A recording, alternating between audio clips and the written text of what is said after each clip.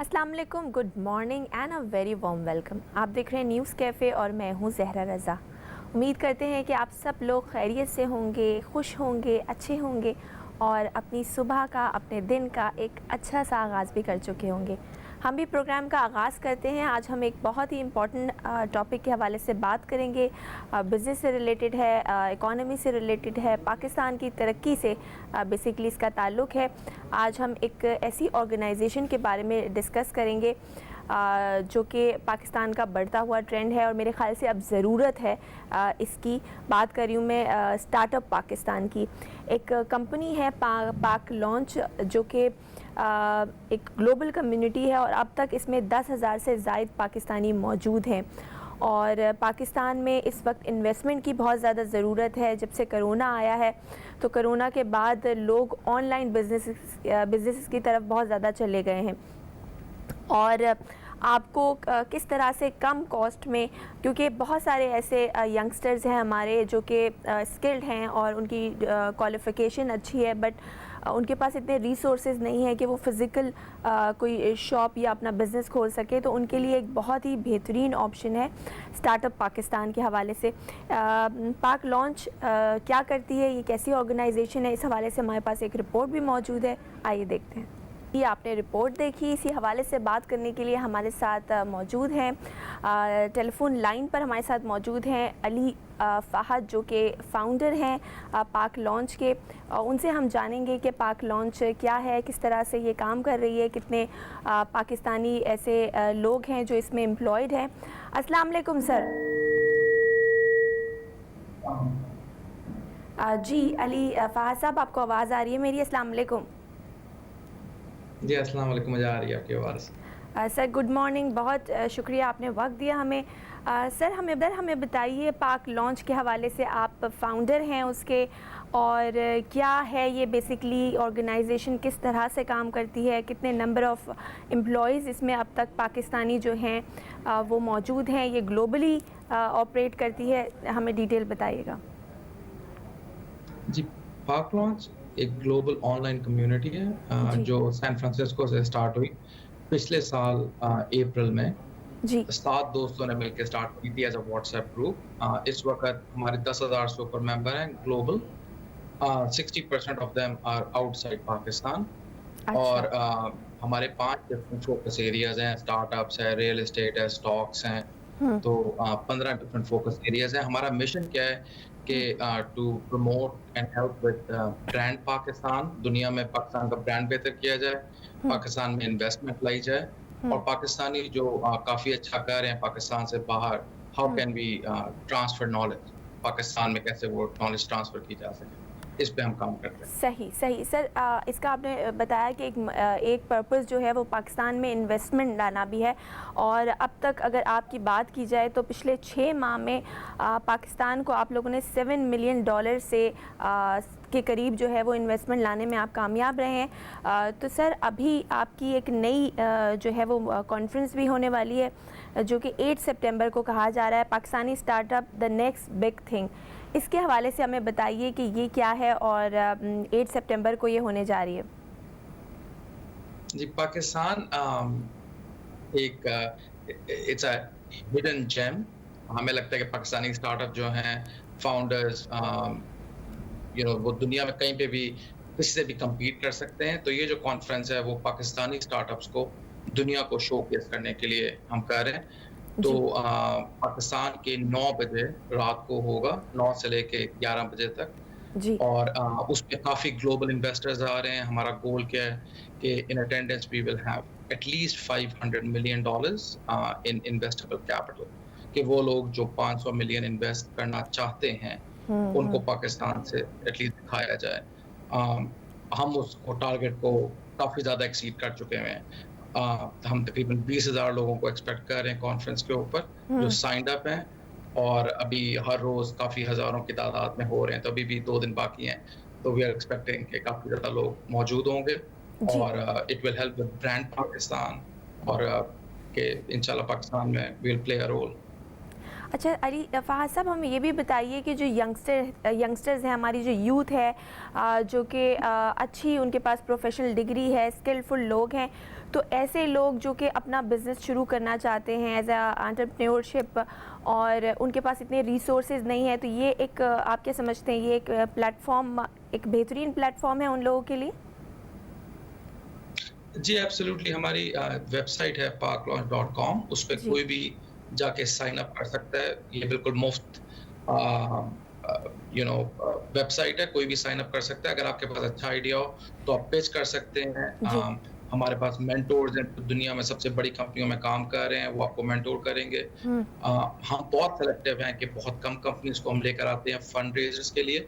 हम्म। लेकिन हम काम हर स्टार्टअप के साथ करते हैं। तो ताकि आइडिया ये है कि जितने लोगों की हेल्प की जा सके और फिर उनको हम प्रमोट करें ग्लोबल इन्वेस्टर्स के लिए, हम्म। ये ताकि उनको वी कैन फंड दैम या उनको जो भी ट्रेनिंग चाहिए हो। तो उसकी मेंबरशिप इज़ कंप्लीटली फ्री। अच्छा। सिर्फ उसमें एक हमारा आस्क है कि हमारे सारे मेंबर्स के लिए, कि हमारे सारे मेंबर्स को दे शुड बी अवेलेबल, कि वो एक दूसरे की हेल्प कर सकें और वो मौजूद हो। तो that is the only requirement we have, कि आप कोई don't use any lewd language on the groups and forums, जी। और एक दूसरे को सपोर्ट करें एंड हेल्प करें। That's it. सही। अच्छा सर, जब से कोरोना का हमने एक दौर देखा, उसके बाद जो ई कॉमर्स है, जो ऑनलाइन बिजनेसेस हैं, उसकी डिमांड बहुत ज़्यादा बढ़ गई। तो उस हवाले से भी हमें बताइए कि आप मेरे ख्याल है उसमें भी amazon.com में भी आप एज ए मैनेजर, आप वहाँ पर स्ट्रेटेजिक मैनेजर काम कर रहे हैं, तो इस उसके हवाले से भी बताइए। जी, डेफ़िनेटली आई थिंक पिछले साल के अंदर अ, क्योंकि ज़्यादा लोग बाहर नहीं निकल सक रहे थे, तो हम्म। ई-कॉमर्स तो अब has become the new norm, कि अब हर बंदा ऑनलाइन पे बैठ के कोई भी चीज़ आप ऑर्डर कर सकते हैं, जिस तरह आपने शुरू में ज़िक्र किया था। जी। और तो उसके लिए लोग शुरू में जो ऐड भी चल रहा था कि लोग सेल फ़ोन इस्तेमाल कर रहे हैं, इंटरनेट इस्तेमाल कर रहे हैं, हम्म। चीज़ें खरीदने के लिए, एंटरटेनमेंट के लिए, फ़िटनेस के लिए। तो e-commerce definitely will play a big role moving forward. और अमेज़न जो है वो पाकिस्तान में स्टार्टअप्स के लिए भी काम कर रहा है, जी। और ऑब्वियसली पाकिस्तान जो 5th लार्जेस्ट पॉपुलेशन है, तो पाकिस्तान इज़ वेरी क्रिटिकल। अच्छा सर, आपको गवर्नमेंट ऑफ पाकिस्तान की तरफ से कोई सपोर्ट है, क्योंकि हुकूमत की तरफ से कामयाब नौजवान प्रोग्राम भी जो है वो लॉन्च किया गया है, उसमें भी पाकिस्तानी स्टार्टअप के बारे में बताया गया है, और उनका भी ये विजन है कि वो ज़्यादा से ज़्यादा इन्वेस्टमेंट जो है वो अपने मुल्क में लाई जा सके, तो इस हवाले से हमें बताइए। जी, हमारे अभी तक तो बहुत ज़्यादा गवर्नमेंट के साथ हम काम नहीं कर रहे, लेकिन अच्छा। आई थिंक ये गवर्नमेंट फॉर श्योर जो इनिशिएटिव ले रही है, पॉलिसीज़, वो तो clearly you can see it, right? कि पिछले साल के अंदर जितनी इन्वेस्टमेंट आई है, वो पिछले 5 साल में नहीं आई थी। जी। तो जितना डायस्पोरा अब एंगेज्ड है, वो पहले कभी भी नहीं था। Policies are very friendly. मेरा जो थोड़ा बहुत भी लोगों से ज़िक्र होता है गवर्नमेंट के हम्म। अंदर, वो काफ़ी फ्रेंडली है डायस्पोरा के लिए। I think the policies are definitely very friendly towards foreign investment. ठीक ठीक है। अच्छा सर, मैं आपसे जानना चाहूँगी कि आपने ये कब शुरू किया, और क्या मोटिवेशन थी, क्या विजन था आपका, जो आपने पाक लॉन्च में जैसा इनिशिएटिव लिया? जी, हमने स्टार्ट किया था क्योंकि मैं पाकिस्तान में पला-बड़ा था, मैं जीआईके में पढ़ा था, और मैं यूएस जी। आया था 2000 में। काफ़ी साल हो गए हैं, लेकिन ओवर द इयर्स मैंने देखा कि पाकिस्तानी ब्रांड काफ़ी इसको काफ़ी धक्का लगा था, मतलब पिछले 20-21 साल से। और जी। यहाँ पे जो भी लोग पाकिस्तानी मिलते हैं, वो हमेशा तनकीद करते हैं, लेकिन काफ़ी कम लोग हैं जो एक्शन लेना चाहते हैं, तो मैं भी उनमें से था। तो फाइनली पिछले साल हमने कहा कि you know instead of complaining we should do something. तो जी। हमने व्हाट्सएप ग्रुप से 7 दोस्तों से सिर्फ स्टार्ट किया था। अच्छा। हमारा जो आइडिया था वो ये था कि जितनी भी हेल्प कर सकें, और माशाल्लाह से हम कोई ज़्यादा मार्केटिंग नहीं करते, हमने कोई पैसा नहीं लगाया, लेकिन हम 7 लोगों से 10,000 से ऊपर लोग, और हर रोज़ अब तो काफ़ी लोग ऐड हो रहे हैं हमारी कम्युनिटी के अंदर। हम्म। लेकिन अच्छी बात क्या है कि हम लोग एजुकेशन में काफ़ी काम कर रहे हैं पाकिस्तान के अंदर। हम हम्म। पाकिस्तान में एक-दूसरे को सपोर्ट कर रहे हैं, इन्वेस्ट कर रहे हैं, ट्रेन कर रहे हैं। तो हम्म। हमने काफ़ी ज़्यादा ट्रेनिंग्स की हैं। फेसबुक, गूगल के प्रोडक्ट मैनेजर्स, इंजीनियर्स हुँ, जो कि पाकिस्तानियों में पाकिस्तान के अंदर बैठे हुए लोगों को अपना टाइम दे रहे हैं, उनको ट्रेन कर रहे हैं। तो हमारी एज़ अ कम्युनिटी हम सिर्फ इनेबल करते हैं, लोगों को कनेक्ट करवाते हैं हम ख़याल पाकिस्तानियों को दुनिया से। लेकिन अब हमारी कम्युनिटी में काफ़ी फ़ॉरेनर्स भी आ रहे हैं और उनके लिए भी हम ओपन कर रहे हैं, लेकिन as long as the mission is Pakistan, ताकि वो सही। पाकिस्तान को जान सकें, ताकि वो हमें रिप्रेज़ेंट कर सकें बाहर। अच्छा सर, जो पाकिस्तानीज़ हैं जो इस पे रजिस्टर होंगे, जो आपने बताया कि आप लोग ट्रेनिंग प्रोवाइड कर रहे हैं और मेंटोर्स वहाँ पर मौजूद हैं गाइड करने के लिए, तो सर आप क्या कनेक्ट करते हैं लोगों को, या डायरेक्टली जॉब जब आप इसमें रजिस्टर हो जाते हैं तो आपको जॉब के मौके जो हैं वो मिल जाते हैं, या फिर आप उसको एक वे बताते हैं कि किस तरह से आप जो है अपना प्लान कर सकते हैं, या स्ट्रैटेजीज़ क्या होनी चाहिए, या फिर जो इससे कनेक्ट होगा उसको इंटरनेशनल अगर वो मार्केट में जाना चाहता है, बाहर जाना चाहता है, जॉब करना चाहता है, तो ये ईज़ी वे है? जी, हमारे पास डिस्कशन ग्रुप्स हैं जिस पे आप जी। आके अपने आप को इंट्रोड्यूस कर सकते हैं, अपने सवाल लिख सकते हैं। हम हर संडे को वेबिनार करते हैं किसी टॉपिक पे। हम हर जो चीज़ करते हैं उसके पीछे एक मिशन होता है और उसमें ये होता है कि लोगों का जितने लोगों का ज़्यादा भला हो सके, लोग सीख सकें। तो तो हम उसमें ट्राई करते हैं कि जितनी इन्फॉर्मेशन शेयर कर सकें, लोगों को इंस्पायर कर सकें। हुँ, तो उससे लोगों को काफ़ी आइडियाज़ आते हैं। फिर हमने नई-नई टेक्नोलॉजीज़ को पकड़ के हम लोग ट्रेनिंग हुँ, कंडक्ट करते हैं। काफ़ी ज़्यादा ट्रेनिंग हमारी फ्री में होती हैं। हम जॉबें पोस्ट करते हैं उसके ऊपर अपने फोरम्स के ऊपर क्योंकि हमारे नेटवर्क पे पाकिस्तान की सारी बड़ी कंपनीज़ हैं, सारी स्टार्टअप्स हैं, हुँ, बाहर के काफ़ी ज़्यादा हैं। हम जो पुश कर रहे हैं वो ये कर रहे हैं कि ज़्यादा लोगों को एनकरेज करें, जो हुँ, पाकिस्तानीज़ या फॉरेनर्स बाहर बैठे हुए हैं, टू ओपन अप ऑफिसेज़ इन पाकिस्तान और दूसरा पाकिस्तान की जो कंपनीज़ हैं उनको प्रमोट किया जाए पाकिस्तान से बाहर थ्रू आवर नेटवर्क। हुँ, क्योंकि हमारे नेटवर्क में काफ़ी ज़्यादा पाकिस्तानी हैं जो बाहर बैठे हुए हैं, जो अच्छी जॉबों पे बैठे हुए हैं, तो हुँ, हुँ। May be they can be ambassador and promote the companies. बिल्कुल, बिल्कुल सही आपने कहा सर। सर ये जो Pakistani startup the next big thing conference होने जा रही है, जो कि कहा जा रहा है कि सबसे बड़ी अभी तक की पाकिस्तान की वर्चुअल कॉन्फ्रेंस होगी। तो उस हवाले से बताइए कि किन लोगों को इसका फ़ायदा पहुँचेगा? हमारी पाकिस्तानी स्टार्टअप्स जी, जी। फाउंडर्स को हम 14 दुनिया के सबसे बड़े global VCs would be featuring. Pakistan के जो लोकल वीसीज़ हैं सबसे बड़े फंड्स वो भी मौजूद है वहाँ पे। 6 सक्सेस स्टोरीज़ हैं, उनमें से 3 हैं जो यूनिकॉर्न हैं जिनका valuation is over billion dollars. एक है वो they would be the next unicorn. तो 6 सक्सेस स्टोरीज़ हैं, 6 सबसे ज़्यादा फंडेड स्टार्टअप हैं। तो हुँ, it will be a very inspiring event, virtual event for the startup founders. Also उनको पता चलेगा कि ग्लोबल वीसी फंड कौन-कौन से हैं, हुँ, 14 ग्लोबल वीसी फंड्स आएँगे।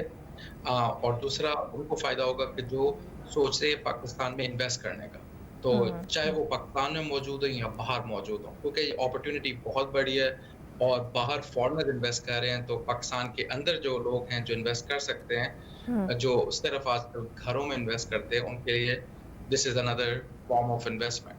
तो they will learn quite a bit. अच्छा सर, पाक लॉन्च की अगर मैं पूछूं कि अब तक कितनी कामयाबी वो हासिल कर चुकी है, या उसकी सक्सेस क्या है, तो क्या आप बताना चाहेंगे?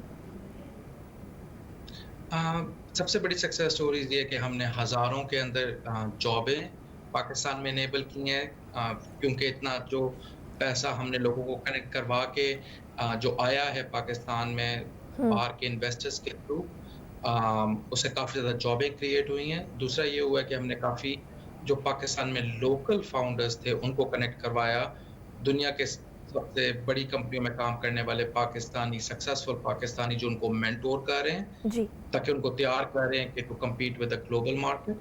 हुँ, this is just the startup. उसके अलावा हम लोग एजुकेशन में काफ़ी काम कर रहे हैं कि how to um, you know कि हम ट्रेनिंग कंडक्ट करवाते हैं टेप हुँ, आउट पाकिस्तान। उसका मिशन ये है कि पाकिस्तान में सेमीकंडक्टर एक्सपर्टीज़ डिज़ाइन की डेवलप की जा सके। हुँ, जिसमें सेमीकंडक्टर के बगैर आप कोई इलेक्ट्रॉनिक चीज़ नहीं बना सकते। हुँ, पाकिस्तान में उसकी एक्सपर्टीज़ उतनी मौजूद नहीं है, तो हम हुँ, उस पे काफ़ी काम कर रहे हैं 10 यूनिवर्सिटीज़ के साथ मिलके।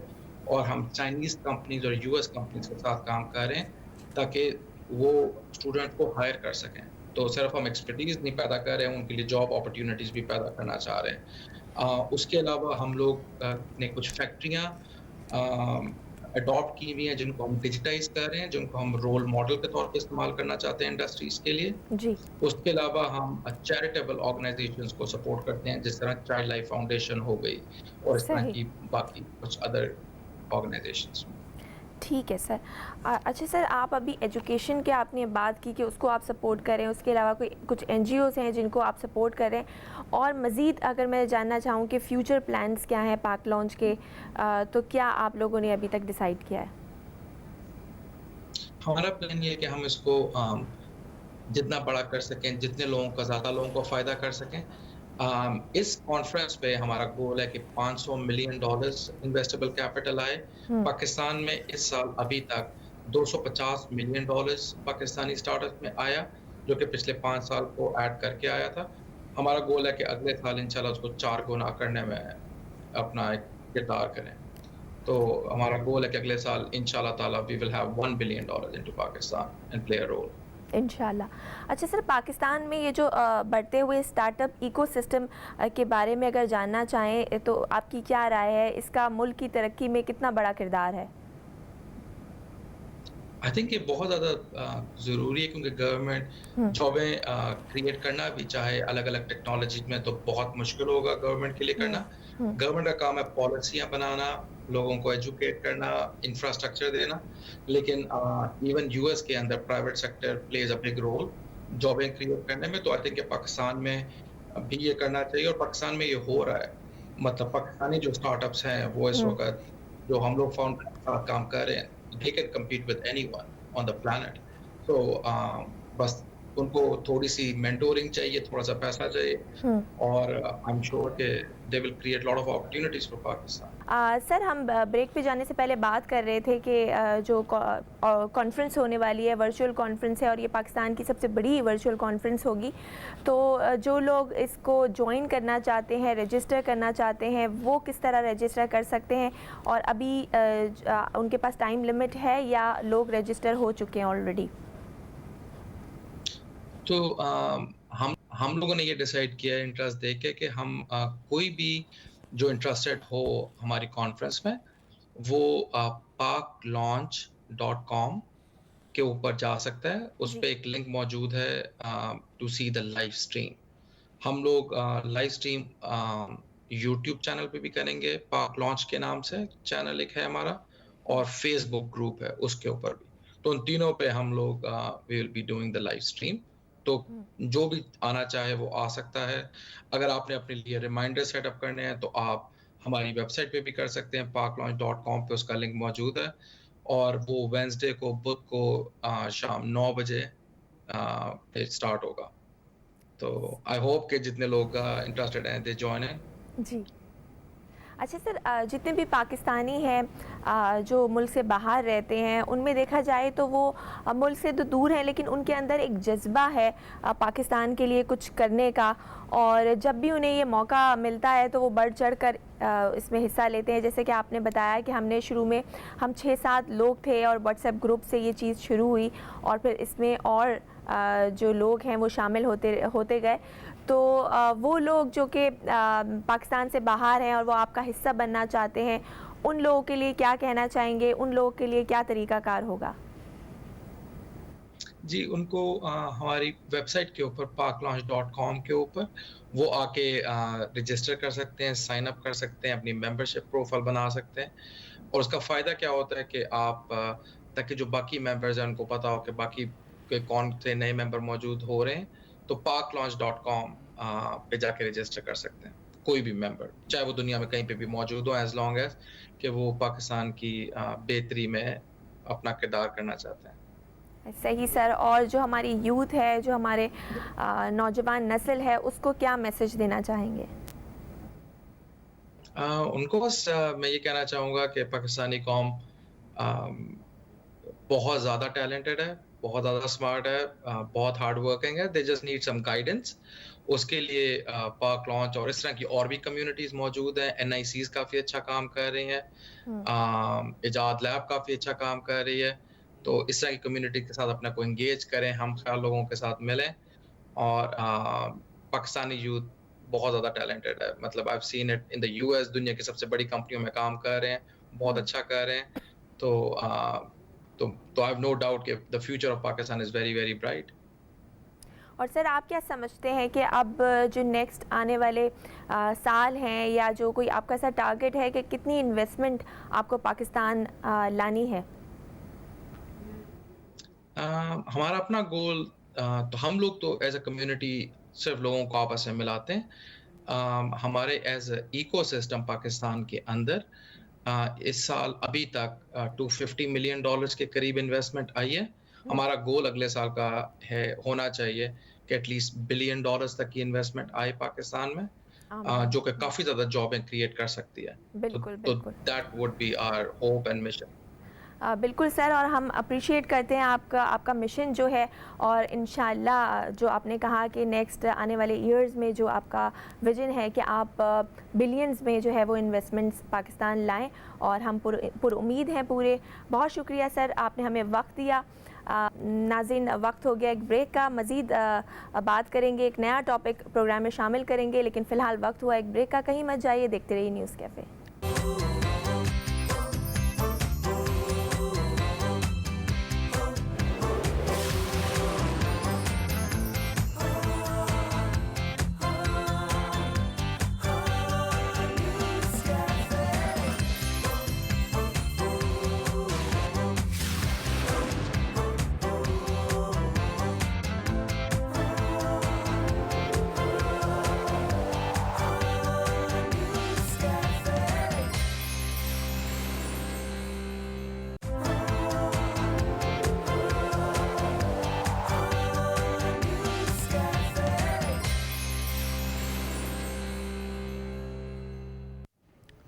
बिस्मिल्लाहिर्रहमानिर्रहीम। अस्सलाम वालेकुम दोस्तों, मैं फ़हीम अब्बास आपको एक दफ़ा फिर से खुश आमदीद कहता हूँ न्यूज़ कैफ़े में। और न्यूज़ कैफ़े में प्रोग्राम के दूसरे हिस्से में आज हम एक बहुत ही हसास और एक ख़ूबसूरत मौजू पे बात करने वाले हैं। जैसा कि आप जानते हैं कि कोविड की वजह से दुनिया भर में सिर्फ़ इंसान ही मुतासिर नहीं हुए, क्योंकि इंसानों के ऊपर जो दुख और तकलीफ़ जो जो परेशानी गुजरी है वो हम सब ने देखी है, वो सुनी है। मगर इंसानों के साथ साथ जितने जानवर और परिंदे हैं वो भी काफ़ी ज़्यादा मुतासिर हुए, ख़ास तौर पे पालतू जानवर।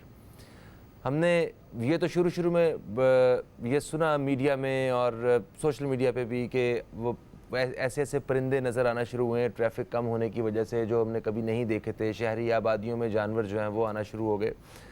ये तो इसका एक पॉजिटिव साइड थी, मगर जो इसकी नेगेटिव साइड थी वो बड़ी बड़ी तकलीफ़ देती। वो ये थी कि वो पालतू बिल्लियाँ, वो कुत्ते, वो जो बाज़ारों में जिनको लोग खाना डालते थे और जो उस वजह से ज़िंदा थे, दुकानें बंद हो गई, बाज़ार बंद हो गए, उसकी वजह से कितनी उनकी ज़िंदगियाँ मुतासिर हुई। नंबर 2, हमारे यहाँ पाकिस्तान में जितनी भी ये पेट शॉप्स हैं, आपने देखा होगा कि वहाँ पे जानवरों को किस तरह रखा जाता है। और जब लॉकडाउन की वजह से दुकानें बंद होना शुरू हुई तो उन बेचारे जानवरों का भूख की वजह से और उस घुटन की वजह से क्या हाल हुआ। लातादाद जानवर और परिंदे इस वजह से मर गए, बहुत सारे अजीब अजीब बीमारियों में मुब्तला हो गए। तो हमारे यहाँ कुछ इस किस्म की तकलीफ़ से भी गुज़रना पड़ा, सिर्फ इंसानों को ही नहीं, जानवरों को भी। एम्प्रेस मार्केट में जो हाल हुआ वो भी हमने देखा। ये तो खैर हमारे मुल्क की बात थी। ऑस्ट्रेलिया में जब लॉकडाउन हुआ तो लोगों ने ये जो बाहर मतलब फिरने वाले जो पालतू जितने भी जानवर थे उनको वो अपने घरों में ले आए, ताकि उनकी जो तन्हाई है वो ख़त्म हो सके। हमारे यहाँ मामलात कुछ मुख्तलिफ़ हैं अमली तौर पे, और इंसानों ने भी बहुत सफ़र किया, जानवरों ने भी बहुत किया। तो आज के प्रोग्राम का ये हिस्सा हम इन पालतू जानवरों के नाम करते हैं और इस हवाले से हमारे साथ बात करने के लिए मौजूद हैं एक ऐसी शख्सियत जो माहिर माहौलियात हैं, समाजी कारकुन हैं और गुज़श्ता कई दहाइयों से परिंदों को टेम करते हैं, उनको सिखाते हैं। ख़ुद भी इनके पास बहुत सारे परिंदे हैं, तो समझे ये इनके फैमिली मेम्बर्स हैं। आप इनको जानते हैं, अच्छी तरह जानते हैं। मुस्लिम रज़ा साहब हमारे साथ मौजूद हैं। अस्सलाम वालेकुम। वालेकुम सलाम। कैसे हैं आप? All well, in control as usual. ज़बरदस्त। किन के कंट्रोल में? इन कंट्रोल मतलब सब कुछ अपने हाथ में है। वो शादीशुदा आदमी जो कंट्रोल में होते हैं वो वाले इन कंट्रोल। अभी समझ की बात है। समझ की तुम इशारा समझ गया फौरन। देखे ना, हम क्या 7-8 बात साल हो गए हैं। क्या बात है। यार सब सही है माशाल्लाह, ज़बरदस्त। बिल्कुल माशाल्लाह।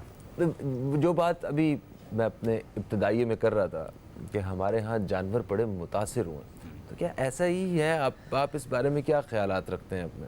भाई तुमने जो बातें कही हैं उससे मैं बिल्कुल सेकंड करता हूँ इन बातों को। और तुमने साथ में ये भी हवाला दे दिया कि बाहर के मुल्कों में तो उन्होंने उन तमाम पेट्स को जो या उन तमाम जानवरों को जिनको तन्हाई का शिकार हो गया तो उनको घरों पे ले आए वो, और उनको ज़्यादा उन्होंने इंटेंस केयर शुरू कर दी उनकी।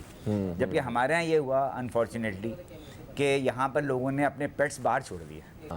दुकानें इस तरह बंद हो गई हैं, अचानक सब कुछ बंद कर दिया गया है, तो हम खुद अपनी जो है ना बटर एंड ब्रेड के चक्कर में पड़ गया, हमें कहाँ में अपने जानवरों को हम खिलाएंगे। तो इस तरह लोगों ने बाहर निकाल दिए। उसमें ऐसे मैं नहीं कहता कि बहुत सी इसमें कुछ तादाद ऐसी थी जिन्होंने ये भी किया, लेकिन ये बड़ा दिए कुछ ने। हाँ, उसकी वजह ये थी कि सबसे बड़ी बात ये होती है कि जब डोमेस्टिकेटेड एनिमल या बर्ड होता है ना, हाँ, उसको बाहर की इन्वायरमेंट की आदत नहीं होती। और जब वो बाहर की इन्वायरमेंट में जाता है तो सबसे पहले उससे दूसरे जो चीज़ें हैं वो उससे उस पर अटैक कर रही होती हैं। हाँ, उसने कभी देखा ही नहीं। ये बिल्कुल ऐसा ही है कि एक इंसान की तरबियत और परवरिश जो है वो एक बंद कमरे में हो, बिल्कुल कैप्टिविटी में होती है, लिमिटेड कुछ लोगों के साथ हो, एक घर के अंदर, और अचानक से उसे जो है वो दरवाजा खोल के बाहर भेज दिया जाए कि मैं किस दुनिया में आ गया हूँ, ये क्या है यहाँ पे सब कुछ। वो इतना लोगों के बिहेवियर कि सबसे पहले वो खाना पीना छोड़ चुका होता है। क्योंकि तुम मुझे बताओ कि अगर आप बहुत ज़्यादा स्ट्रेस और स्ट्रेन में जाएंगे तो आपकी भूख उड़ जाएगी। बिल्कुल। एक दवा एक इशू आया था पूरी दुनिया में कि सर्कस के जो जानवरों को वाइल्ड में भेज दिया जाए, वो जंगलात में भेज दिया जाए। तो सबसे बड़ा जो मसला आ रहा था वो ये आ रहा था कि उन शेरों को शिकार करने की आदत नहीं थी। हाँ, बिल्कुल सही बात। और चूँकि वो मुल्क जो हैं वो हर चीज़ें बड़ी रिसर्च के साथ करते हैं, तो उनको जो वाइल्ड में भेजा गया वो भी ग्रेजुअली स्टेजेस में भेजा गया। पहले उनको छोटे जानवर दिए गए ताकि वो इजीली उनको अपना प्रे को हंट कर सकें वो। और फिर आहिस्ता आहिस्ता ग्रेजुअली करते करते उनको बड़े बड़े जो उन्होंने सेंचुरीज बनाई थी उनमें छोड़ा पहले उनको, कि उनको प्रोटेक्टेड भी एनवायरनमेंट मिली साथ में, और साथ में उनको वो तमाम स्किल्स जो कि उनकी नेचुरल स्किल्स थी वो वापस आ गई। वाह। अच्छा, तो वैसे जानवरों में जो सीखने की ताकत है ये बड़ी इंटरेस्टिंग होती है कि जब वो आपसे कुछ सीख रहे होते हैं, हाँ, तो कितनी खुशी महसूस हो रही होती है। जैसे वो जो डॉग लवर्स हैं, exactly, मैं उनको देखता हूँ कि वो ऐसा महसूस करते हैं कि exactly, उनके साथ उनका एक मुहाफिज है, उनके घर का एक मेंबर है। बिल्कुल, बिल्कुल। और कितना वैसे किसी भी पेट के साथ हमें क्या फ़ायदा हो सकता है, या ये हमारी ज़िंदगी पे क्या असर डाल सकते हैं, इस बारे में तो कुछ बताइए। भाई देखो फ़हीम, हम जिस माशरे में रहते हैं ना, उस माशरे में तुम देखो कि क्या है, नफ़रतें हैं, ठीक है ना, स्ट्रेस है, स्ट्रेन है, और हम जब अपने घर में पेट्स ले आते हैं ना, सबसे पहले आपका एक रूटीन चेंज होती है। क्या रूटीन चेंज होती है? आपके अंदर एक खुदा ताला एक चीज़ पैदा करता है, वो केयरिंग। भाई देखो, बात ये होती है कि आपको ये एहसास होता है कि आज मेरे घर का जो पेट है उसको खाना भी देना है हमने, उसको हमने अच्छा इन्वायरमेंट भी देना है, और उसमें आप क्या होता है, एक शेड्यूल आप हो जाता है आपका। तुम्हें पता है कि जब मैं इसलिए बता रहा हूँ कि, और इससे जब आप इन पेट्स से इंटरेक्ट कर रहे होते हैं तो आप के अंदर एक सॉफ्टनेस क्रिएट होती है। भाई देखो, ये तो एक मुसल्लमा ये असूल है कि आप किसी भी चीज़ के साथ टेक केयर करेंगे ना, तो आपके अंदर सॉफ्टनेस बढ़ती है इसमें। आपके अंदर वो जज्बे बढ़ते हैं कि आप किस तरह दूसरों के काम आ सकते हैं। ये सब चीज़ें जो हैं ये आपको लाशऊरी तौर पे ये सब चीज़ें आपके अंदर जा रही होती हैं। यानी मुझे जब कोविड हुआ तो सबसे पहले मुझे फिक्र इस बात की थी कि मेरे पेट्स को जो दाना है कहीं ऐसा ना हो कि उनको दाना प्रॉपर ना मिल सके। हाँ। क्योंकि भाई एक तो बेज़बान है वो, मैं समझ सकता हूँ इस दुख को। और दूसरी बात ये थी कि हम तो किसी ना किसी तरीके से अपनी बातों को कम्युनिकेट कर लेंगे, वो कैसे करेंगे। और इनके साथ भी ये होता है कि वो पेट्स जिनके जो मालिक होते हैं यानी इनका जो जिसको पाल रहा होता है उनसे इनकी इंटरेक्शन बहुत ज़्यादा होती है और वो बाकायदा उनको मिस कर रहे होते हैं। यानी आप इन मामलात में कुछ लोगों के ऐसे पेट्स हैं जो नेचुरली आइसोलेट हो गए, अपने पेट की तरफ नहीं जा सके, तो वो पेट जो है वो मिस कर रहा होता है, मतलब इतना मिस कर रहा होता है कि उसकी पूरी बॉडी लैंग्वेज चेंज हो जाती है। और जब आप उससे मिलते हैं तो वो अपना उन इमोशंस को ऐसे एक्सप्रेस करते हैं कि हम आप कहते हैं कि बेख्तियार हम सुभान अल्लाह का वर्ड शुरू कर देते हैं। सर आप कह रहे हैं ना कि मुझे दाने और इनके पानी की फ़िक्र होना शुरू हो गई थी। बेशक इनका भी रिस्क ऊपर से तय है, वो ये आपके ज़रिए इनको मिल रहा है। मुझे इसी तरह एक दिन बड़ी तकलीफ़ पहुंची। मेरे अजीज़ थे, मैं उनके घर गया तो उनके ऊपर वाले जो पोर्शन में रहते थे उन्होंने अपना मकाओ जो है वो इनके घर पे रखवाया हुआ था और वो जा रहे थे कहीं। हाँ। तो उसको इन्होंने पिंजरे से नहीं निकाला था और वो जब से कई महीनों से इनके पास था, वो जो मालिकान जो जा चुके थे कहीं गए हुए थे, उन्होंने भी पिंजरे से नहीं निकाला था। ठीक है। तो मैं उसकी हालत देख के ना मुझे तरस आना शुरू हो गया। मैंने कहा ये एक परिंदे के साथ ये ज्यादती हो रही है। बिल्कुल ज्यादती है। मैं बिल्कुल। और फिर उसको जो फीड किया जा रहा था, हाँ।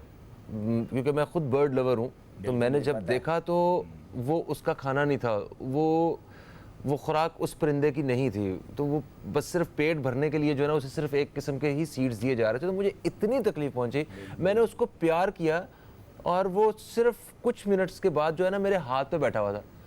और मैं ये सोच रहा था, मैंने कहा मैं तो एक दिन यहाँ पे आया हूँ या 2 दिन आया हूँ, उसके बाद ये फिर वापस उसको उधर ही जाना है। कुछ अरसे बाद पता चला कि वो परिंदा मर गया और मुझे इतना दुख पहुंचा कि आप अगर पेट लेके आते हैं तो फिर उसकी केयर करें। मैंने इस तरह एक घर में एक पेट को देखा, बर्ड को, तो जिसको मुनासिब खाना नहीं मिल रहा था और उसको वो माहौल भी नहीं मिल रहा था, तो बड़ी मुझे तकलीफ़ पहुंची। तो आप बताने लगे थे कि प्यार के बारे में, कि जो एक लव का जो एलिमेंट होता है जानवर और इंसान में, उस बारे में। तुम उस बर्ड से मिले, फर्स्ट मीटिंग तुम्हारी हुई, तो बर्ड केम टू नो कि अल्लाह ने उसकी वो हिस्स दी थी कि उसको ये पता लग गया कि ये शख्स जो है ये मुझसे प्यार करता है, ये इफेक्शन है उसके दिल में। जब भी वो फ़ौरन तुम्हारे पर्च पे, तुम्हारे हाथ को जो पर्च के तौर पे उसको को आगे बढ़ाया, वो फ़ौरन आके तुम्हारे हाथ में बैठ गया। क्योंकि अल्लाह ताला ने इनको इन परिंदों में देखो, ये दे कैन नॉट टॉक ना, but they can communicate through their emotions. और वो कैसे, देखो जब अर्थक्वेक आता है तो अर्थक्वेक में वो जानवर नकल मकानी शुरू कर देते हैं। मतलब कोई दुनिया में कोई ऐसा पैरामीटर नहीं है, कोई ऐसा कोई गैजेट नहीं अभी तक ईजाद हो सका जो ये बता दे कि ये यहाँ पर जो है ना अब ज़लज़ला आने वाला है। हाँ। ठीक है ना। लेकिन क्या है, इन परिंदों की, इन जानवरों की मूवमेंट पर वो नजर रखते हैं कि जब इनकी पूरी हर्ड्स फ्लॉक्स मूव कर रही होती हैं तो उनको ये पता लग जाता है कि यहाँ पे कुछ होने वाला है। तो देखो अल्लाह ने इनके अंदर हिस्से दी हुई हैं और ये अपने आप को कम्युनिकेट कर रहे होते हैं आपसे। और ये मैं दावे से बातें कहूँगा क्योंकि मैं गुज़िश्ता कई दहाइयों से पेट्स मेरे पास हमेशा रहे हैं कि आपको के अंदर एक सॉफ्टनेस क्रिएट कर रहे होते हैं ये पेट्स। आपको उन्हीं पेट्स जो आपको ट्रीट कर रहे होते हैं ना, वो फिर आप ह्यूमन इंटरेक्शन जब कर रहे होते हैं ना, तो आपका वो जो आपकी जो फीडिंग पेट्स आपको दे रहे होते हैं वो आपको वहाँ नज़र आ रहा होता है। अच्छा, यानी कि वो एनर्जी आप में नज़र आ रही होती है, वो एनर्जी नज़र आ रही होती है आपको। अच्छा सर, एक चीज़ और, मैं बचपन से लेके अभी तक एक बात पे बड़ा परेशान रहा हूँ परिंदों के हवाले से। हाँ। कि जब भी हम किसी बैरून मुल्क का कुछ ऐसा मंजर देखते हैं जहाँ पे कोई पेट क्रॉस कर रहा होता है रोड, साइड ट्रैफिक रुक जाती है, वो तो है, वो मतलब जैसे कबूतर वगैरह जो है, हाँ, वहाँ पे जाके उनको दाना डालते हैं, ऐसे हाथ पे रखते हैं, वो आके खा के चला जाता है। ठीक है। और इसी तरह मैंने फ्रैंकफर्ट एयरपोर्ट पे भी देखा, वहाँ पे एयरपोर्ट के अंदर जो है वो चिड़ियाँ कुछ आई हुई थी, छोटी छोटी, और एक खातून, उनके हाथ में ब्रेड थी, वो उनके छोटे छोटे ऐसे पीस करके, वो चिड़ियाँ उड़ के आ रही थी और वो ऐसे अपने इधर रख रही थी और वो इधर बैठ के ना खा रही थी। सही बात है। तो हमने देखा, तस्वीरों में भी देखते रहे कि बाहर ममालिक में लोगों ने कबूतर उनके ऊपर बैठे हुए हैं, हाथ पे बैठ के वो खा रहे हैं, बीच पे बैठे हुए हैं उनके। हमारे यहाँ तो यहाँ कबूतरों में जाएं तो वो उड़ जाते हैं। हमें तो कोई भी परिंदा जिसके आप करीब जाएं वो एक लम्हे के लिए आपके ऊपर ट्रस्ट करने को तैयार नहीं है। ऐसा क्यों है? वो ऐसा इसलिए है कि देखो, इन तमाम चीज़ों की जो ग्रूमिंग होती है ना, ये ग्रास रूट लेवल से होती है, ये तरबियत है। मतलब अगर आप माशरे को मशरूम तरीके से ग्रो करने दे रहे हैं तो फिर ये तमाम चीज़ें देखने में नज़र आएंगी। देखो बात ये है कि जब मैं भी बाहर जाता हूँ तो तुमने भी इसको देखा होगा कि वो फ्री फ्लाइंग करते हैं, बर्ड्स की करते हैं ना। हाँ बिल्कुल करते हैं। फ्री फ्लाइंग कहलाती है वो बर्ड्स उड़ते हैं, अपने खूब नेचुरल हैबिटेट को एंजॉय कर रहे होते हैं, करने के बाद अपने मालिक के पास वापस आ जाते हैं। तोते वापस आ जाते हैं। वो मैं यही बात कर रहा हूँ। मुझे लोग कहते थे कि चूंकि मैं basically as a bird trainer भी मुझे एक बड़ा शौक है इसका, तो लोग कहते हैं कि तोता जो है वो तोता चश्म होता है। हाँ ठीक है, मैंने कहा तोता चश्म बिल्कुल नहीं होता ही है कि देखो फ़हीम कि हर बर्ड की एक नेचुरल इंस्टिंक्ट होती है, उसकी एक नेचुरल जिबल्लत होती है कि जब उसको कैप्टिविटी से आपको इन्वायरमेंट, ओपन इन्वायरमेंट मिलेगा ना, तो ख्वाहिश होती है कि वो अपने फेदर्स को उठाए, खोले और वो फ्लाई करे। हाँ। आप उसको कैप्टिविटी में रखते हैं, उसका सेंस ऑफ नेविगेशन बिल्कुल पुअर हो जाता है। हाँ। जब वो बाहर की फिजा में आता है तो पहली इंस्टिंक्ट ये होती है कि मुझे फ्लाई करना है, और वो फ्लाई करता है। उस फ्लाई में तकरीबन वो 3 से 4 किलोमीटर तय कर चुका होता है, और चूंकि वो कैप्टिविटी में रहने पर उसकी फ्लाइंग एबिलिटी भी कम हो जाती है, क्योंकि भाई मैं सोफे बिठा दूं सारा दिन तो तुम तो इधर से वहां तक भी चल नहीं सकते हो। हाँ बेशक मुझे जितना मर्जी अच्छा खाना दे मुझे, मगर अगर चलने फिरने के लिए मुझे बनाया गया जमीन पे, मैं चलूं फिरूंगा नहीं तो एग्जैक्टली। तो मैं ये कहता हूँ जितने पेट लवर्स हैं, मैं मैसेज देता हूँ उनको कि देखें अपने पेट्स को जरूर बाहर निकालें, उनको थोड़ी एक्सरसाइज दें, और उनको, क्योंकि अगर वो नहीं करेंगे तो अच्छा वो पेट जब उड़ जाते हैं ना तो वो बेचारे भूल जाते हैं हम कहाँ से चले थे। हाँ। और फिर वो नेचुरली जब बाहर आते हैं तो फिर उस एनवायरनमेंट में एडजस्ट नहीं हो पाते। चील और कौवे सबसे पहले उनका शिकार कर रहे होते हैं। हाँ। वो उनको डरा रहे होते हैं, जो नहीं शिकार कर सकते वो डराते हैं उनको, तो उस स्ट्रेस में वो परिंदे खाते नहीं हैं, फिर उनको खुराक नहीं मिलती और उस तरीके से मर जाते हैं। फिर सर हमारे एक बड़े प्यारे दोस्त हैं और एक बहुत ही एक ज़बरदस्त किस्म के फ़नकार भी हैं, अली ताहिर, तो लाहौर में होते हैं, नईम ताहिर साहब के साहबजादे। अच्छा नईम अच्छा ताहिर, ये इन्होंने ना, हमारे दोस्त हैं क्योंकि मुझे इसलिए पता है, और ये शायद टीवी पे पहली दफ़ा बताऊंगा मैं, इनकी ना कौवों से दोस्ती है। वो छत पे अपनी रोज़ाना एक फ़िक्स टाइम पे चले जाते हैं। ठीक है। और वो उन्होंने कौवों के लिए उन्होंने खाना देना शुरू किया, उन्हें जो भी इंतज़ाम करके जाते हैं, और आहिस्ता आहिस्ता अब वो इन पर ट्रस्ट करना शुरू हो गए हैं। वो इनके बिल्कुल करीब आ जाते हैं, वो इनका वेट करते हैं, और अब वो अपनी फैमिलीज़ को भी लेकर आना शुरू हो गई हैं। इस तरह बताया कि पहले जो खुद आता था एक परिंदा, वो किसी और के साथ आता है, तो वो उनको भी ये ट्रस्ट देते हैं दूसरे बर्ड्स को भी कि ये बंदा जो है ना वो महफूज है, आप इसके करीब जा सकते हैं। तो ये वो सारा आप सही कह रहे हैं ग्रूमिंग का। खैर वापस आते हैं एम्प्रेस मार्केट में।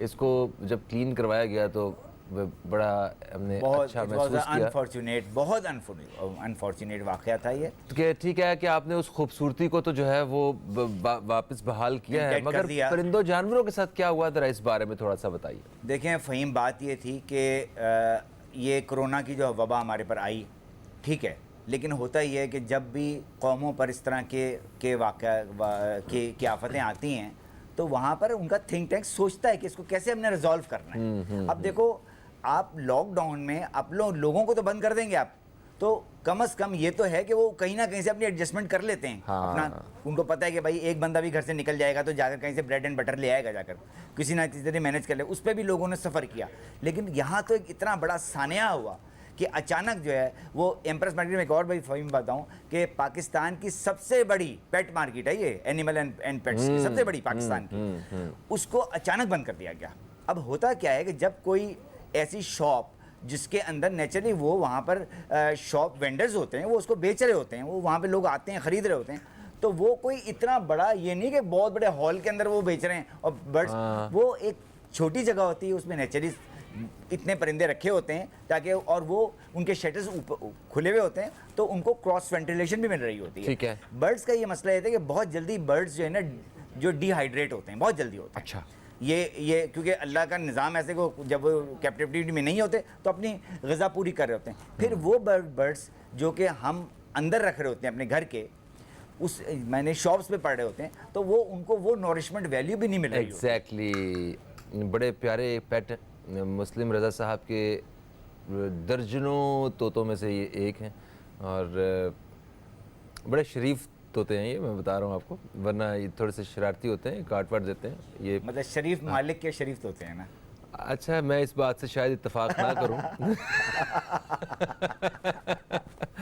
अच्छा, हम बात कर रहे थे एम्प्रेस मार्केट के हवाले से कि एम्प्रेस मार्केट में वहाँ पे जो उन्होंने अचानक जो है वो सबको हटाया थी, गैर कानूनी तौर पे वो तजावज़ात वगैरह थी, मगर वो परिंदों की सबसे बड़ी मार्केट थी।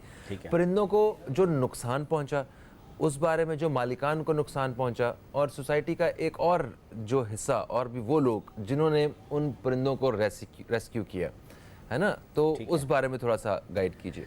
देखो, एक पहला सवाल जैसे तुमने कहा कि भाई अचानक शटडाउन हुआ, लॉकडाउन हुआ, और उससे जो परिंदों का ज़िया हुआ, उसमें जो परिंदे मरे वो बहुत बड़ी तादाद है, उसमें बहुत बड़ा लॉस है। उसी के साथ जैसे बताता हूँ कि ये शिफ्ट जब एम्प्रेस मार्केट हुई नेचुरली, तो उसमें भी लोगों के साथ बहुत ज़्यादती हुई है। बहुत पुराने लोग वहाँ पर थे, उनके पास सारे पेपर्स भी थे, सब कुछ थे। अभी तक गवर्नमेंट ने उनको अकोमोडेट कहीं नहीं किया, और नेचुरली ये वो उनका ब्रेड विनर थे, वो इसी से अपनी रोज़ी भी कमाते थे। अच्छा, जब ये लॉकडाउन का फैसला किया गया तो अरबाब इख्तियार को कम से कम ये तो सोचना चाहिए कि भाई वो परिंदे जो हैं, जो वहाँ पर शॉप्स में मौजूद हैं, जब उनके शटर बंद होंगे तो उन परिंदों को उन्होंने इवन अलाउ नहीं किया कि उनको दाना पानी दिया जाए। मतलब ये दुनिया में तमाम महज़्ज़ब कौमों में, मतलब चूँकि हम इसलिए इन परिंदों और इन जानवरों के बारे में इसलिए सोचते हैं कि बेज़बान होते हैं ये, और ये आपसे कम्युनिकेट कैसे करेंगे, वो कैसे बताएंगे कि मुझे भूख लग रही है इस वक्त।